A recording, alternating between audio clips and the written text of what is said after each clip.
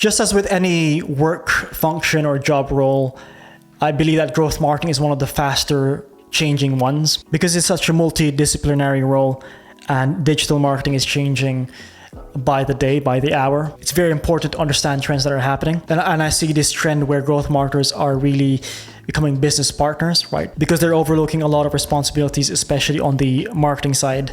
They are becoming more commercially minded, right? They have to be entrepreneurial. They need to understand the business category that they're in, inside out, understanding the competitive landscape, how unit economic works. So having visibility, the numbers behind the scenes that most marketers don't tend to see. This video is going to focus on trends that happens in growth marketing and potentially predict what's going to happen in the future. I do think that growth marketers will act more as a business partner or a business advisor, much more than execution. They're going to orchestrate growth more, not just on the marketing side, but I think overall as a business, whether it's product, data, engineering side. In a way, they're going to be somewhere between a programs manager or a product manager, much more than creating marketing campaigns and output. So the first trend that I'm seeing, as obvious as it sounds, is more focus on artificial intelligence and utilizing machine learning. Not only can AI increase your output and help you become more efficient, but a lot of the platforms that we use now use machine learning to optimize your performance.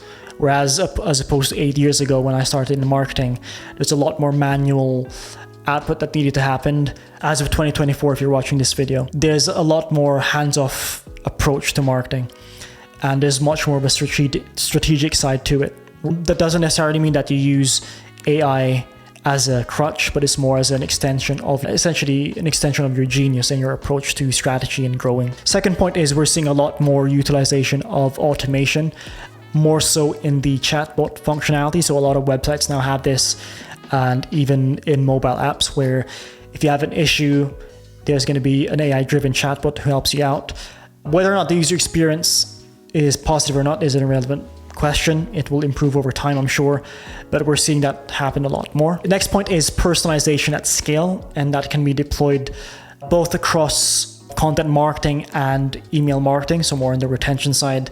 We're seeing customer data platforms and CRMs now be able to create segments of customers for you, and they can even create templates to create email marketing campaigns that's highly relevant for that specific segment list or that specific cohort of audience. And then third point regarding AI and machine learning is content generation and ideation. This is probably the more often used function of AI as of 2024. We don't really use AI to strategize too much. We use it to ideate and create, and then we orchestrate gluing that together. So the next trend that I'm seeing in growth marketing is a lot more focus on attribution, whether that's attribution models, windows, data acquisition, data quality. I think the main point is that the higher quality data that you acquire, especially going back to your server, your own database, the better performance your marketing campaigns are going to have. We're seeing a lot more ad accounts and companies now use server-side tracking, which is simply acquiring data to your own server and you having the autonomy to decide how that data is collected, organized, and where that data is pushed out to. So you have full ownership of it. So it's more of a privacy-centric approach to marketing. It's very similar to what Apple's doing with StoreKit, Ad Network, or Scan, right? You become the gatekeeper of your own data and how it's utilized and shared. And I know there was this concept of Google potentially removing third-party cookies. Now they've obviously backed down from that mission and they've canceled it. But it's a much better approach to use higher quality data, preferably first-party data within your marketing outputs. And then second point to that is once you acquire that first-party data, you being able to utilize that in every marketing channel you have, whether that's email marketing, whether that's retargeting customers on socials, retargeting customers on advertising platforms, or creating a lookalike audience from those users. And the third is customer consent and privacy, as basic as it is. And we talk about GDPR, but I think being able to be transparent about how a customer's data is being used from touch point all the way to the very end, it's going to be a common trend that you'll see a lot more companies do.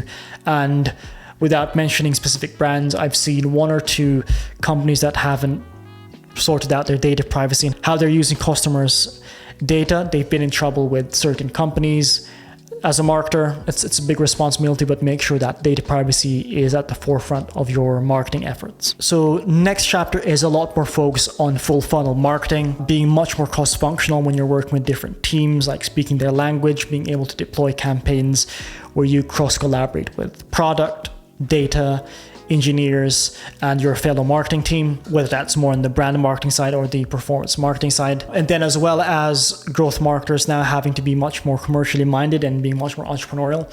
So understanding the business category that you're in inside out, the nuances of the market, analyzing your competitors, how they're positioning in terms of messaging, in terms of pricing, in terms of their email marketing campaigns, maybe subscribing to their newsletter and seeing how they approach being a thought leader in their space. And to glue those points together, it's really aligning the business to your marketing output, right? Aligning them much more closely together rather than seeing them as two siloed departments. A marketer is really a business partner in 2024. So the next trend that I'm seeing is brands are becoming a lot more purpose-driven or mission-led or brand-led, whichever term you're much more comfortable with, in terms of their positioning in the market. So you're going to see a lot more companies be much more focused on their positive mission. I'm seeing a lot of companies now become B Corp certified, which basically just means that they're the type of company, if they're a UK-based company, they meet high standards of verified social and environmental performance. They're very transparent about their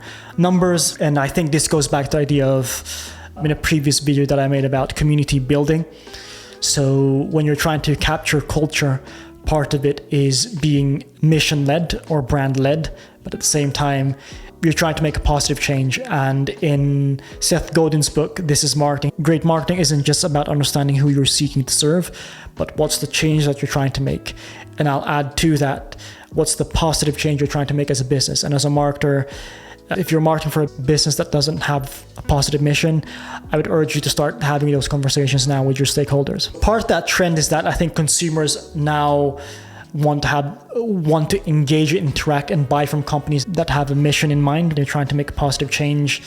And the term to encapsulate the point really is purpose-driven marketing, right? Every marketing output you have has a purpose that relates to the business, but at the same time into the mission and the culture that you're trying to create within the business and for your customers and community. All right, closing off, the final trend that I'm seeing is that growth marketers need to be much more prepared than any other job function within the marketing discipline.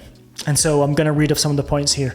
First one is embracing agility and adaptability, because what works today isn't going to work tomorrow. Being open-minded enough to be agile and adapt to what the demands of your customers are is going to be important. Second is utilizing AI a lot more and not using artificial intelligence as a crutch, but as a way to extend your output, help you become more efficient and think outside the box. So thinking a bit more non-linear than traditionally most marketers would do. A third one is committing to continuous learning, and goes back to the concept of having the growth mindset and making sure that you're constantly upskilling. Growth marketing and marketing in general is a growing discipline. It's so correlated to the economy, the changing habits of customers, of the modern consumer, of technology. And you can easily get left behind if you're not understanding what the current changes happening in those areas. So being adaptable and having a curious mindset will be of value for a growth marketer. Fourth point is making sure that you're data-driven. If you're a growth marketer and you're not thinking of the numbers, I wouldn't consider you a growth marketer. But you want to make sure that every output you have, every strategy, every idea you have ties back down to a metric or metrics. Preferably it ties back down to the business needs at that specific point in time. And then finally, growth marketers are going to be a lot more cross-functional and potentially become more multi-skilled than most people that are in the company. So as a marketer, because of the fact that you're going to be working with different teams from product engineering to your data science teams and stakeholders, you're going to have to not just speak their language, but also understand what they do and how your output as a growth marketer benefits their area, but more importantly, how it benefits the company holistically. Thank you for watching the video. If you found value, please do subscribe. I'll see you next time. Peace.